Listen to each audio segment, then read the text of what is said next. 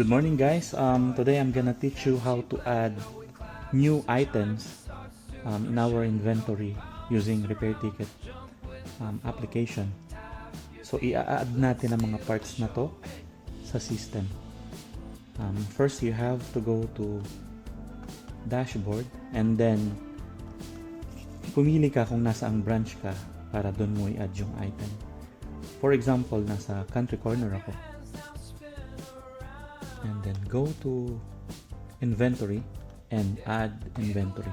Since this, for example, ay mga new items, so ilalagay mo siya as new item.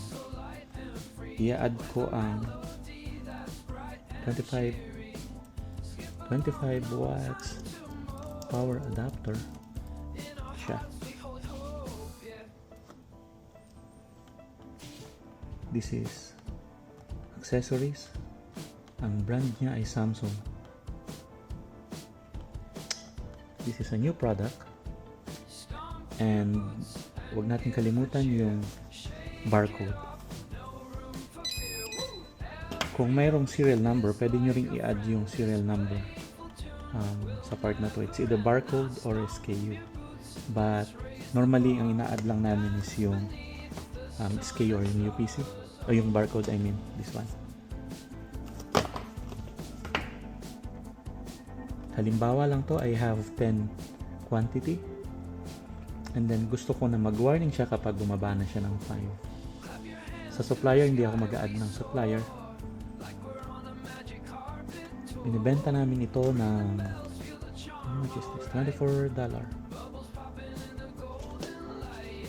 So that's it, and save it. Okay, now so na-save na natin siya sa system natin. Kung gusto mo siyang ma-check or ma-edit or i-update later on sa inventory list, dito mo siya masi-search. Ayan na siya. 25 watts adapter. Ngayon, kung may dumating ka na new product, mga stocks ulit ng ganito, pwede kang mag-add. Kung ilang quantity yung dumating, pwede nyo siyang i-add siya and save.